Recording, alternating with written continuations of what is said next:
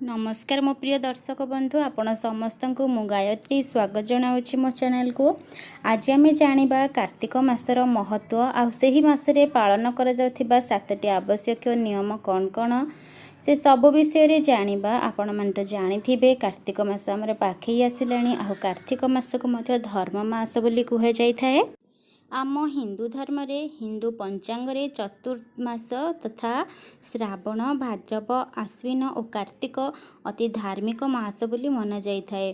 धार्मिक सहित एही मास गुड़िक आध्यात्मिक मध्य बहुत मना जाय थाए। एही चतुर्मास रे सांसारिक तथा मांगल्य कार्य को बंद करी मनुष्य जीवन को धार्मिक कार्य रे लगाइबा उचित। परंतु चतुर्मास मध्यरु एही कार्तिक मास सबुठारु महत्व और विशेष होता है। शरत पूर्णिमा ठारु आरंभ होई कार्तिक पूर्णिमा रे शेष होता है। एही मास कार्तिक मासरे भगवान विष्णु सहित माता तुलसी देवी को मध्य विधिबद्ध पूजा करा जाइथाए। पुराण अनुसार कार्तिक मास भगवान विष्णु को अत्यंत प्रिय होता है। भगवान स्वयं कहिछंती वनस्पति मध्यरे तुलसी, तिथि मानक मध्यरे एकादशी एवं मास मानक मध्यरे कार्तिक मास मोर अत्यंत प्रिय होइथाए।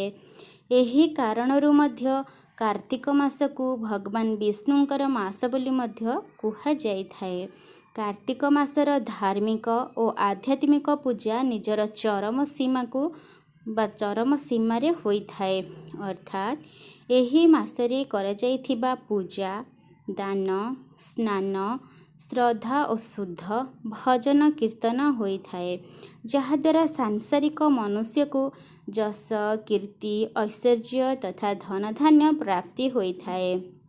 पुराण रे लेखा अछि भगवान विष्णु ब्रह्मा को और ब्रह्मा नारद को और नारद महाराज पृथु को कार्तिक मासर सर्वगुण संपन्न महात्म्य विषय रे एहा कहिछंती जे कार्तिक मासरे 7 गोटी नियम प्रधान मना जाइथाए, जहा पालन करिबा द्वारा शुभ फल प्राप्त हवा सह वैकुंठ लाभ होइथाए।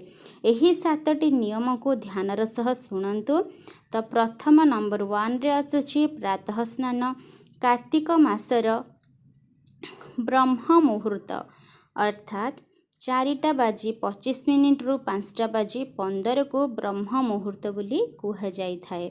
एही ब्रह्म मुहूर्त रे स्नान करिबा द्वारा भगवान विष्णु सेमानंक उपरे बहुत प्रसन्न होइथांते। स्नान करिसारिबा परे स्वच्छ वस्त्र धारण करी कार्तिक महात्म्य विषय रे श्रवण करिबा उचित होइथाए।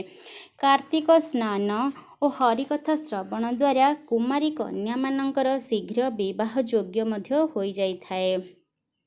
कार्तिक स्नान करिबा समय रे हर हर गंगे बा हर हर गंगे एही मंत्र कही स्नान करिबा उचित। नंबर 2 रे आसुछि तुलसी पूजा।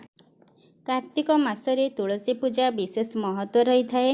तुलसी माता भगवान विष्णु को अत्यंत प्रिय होता है। अतः तुलसी माता पूजारे भगवान विष्णु अत्यंत प्रसन्न होइथांती एवं घरे सुख समृद्धि मध्य प्रदान करिथांती। प्रतिदिन तुलसी वृक्ष मूल आपण पानी दियंतु और दीप धूप लगांतु। तुलसी वृक्ष को कार्तिक मासरे दान स्वरूप मध्य दिया जाइथाए, जहाद्वारा बहुगुण रे शुभ फल प्राप्त होइथाए। तापरे नंबर 3 दीपदान। एही मासरे दीपदानर महत्व मध्य भिन्न प्रकार होइछे।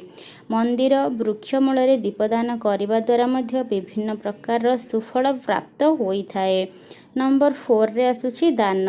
कार्तिक मासरे दान करिबा मध्य बहुत गुण शुभफल प्राप्त होइथाए। स्कंद पुराण रे कुहा जाइछे कन्यादान हेउछि श्रेष्ठ दान। कन्या ठारू विद्यादान मध्य आहुरी श्रेष्ठ। विद्यादान ठारू गोदान मध्य बहुत श्रेष्ठ एवं गोदान ठारू अन्नदान 100 गुण रे श्रेष्ठ होइथाए। निजर सामर्थ्य अनुसार दान करिबा उचित। एही मासरे कदली, तुलसी और अँला गछर मध्य दान रही थाए, जहाद्वारा महापुण्य प्राप्त होइथाए। नंबर 5 रे आसिला भूमि शयन। एही मासरे भूमि शयन रे भूमि उपरे सोइबार मध्य विशेष महत्व मना जाए। भूमि उपरे सोइबा द्वारा मनरे सात्विक विचार आसीथाए, कुटिल विचारर समाप्ति होइथाए। नंबर 6 तेल लगाइबा वर्जित।